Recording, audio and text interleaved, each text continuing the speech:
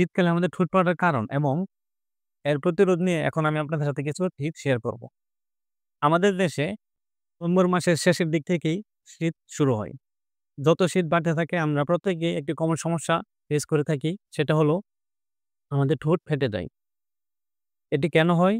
শীতকালে বাতাসে আর্দ্রতা কমে যায় এবং এর কারণে আমাদের ত্বক শুষ্ক হয়ে যায়। বিশেষ করে আমাদের ঠোঁট এই ক্ষেত্রে বেশি সমস্যায় পড়ে। কারণ আমাদের ঠোঁটের ত্বক খুব পাতলা হয়ে থাকে।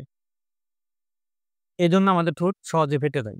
এটি প্রতিরোধ হিসেবে আমরা কি করতে পারি? প্রথমত বিভিন্ন লিপ জেল, পেট্রোলিয়াম জেলি ব্যবহার করতে পারি, ভ্যাসলিন ব্যবহার করতে পারি, পর্যাপ্ত পরিমাণে পানি খেতে পারি, ভিটামিন এবং আয়রনযুক্ত খাবার খেতে পারি।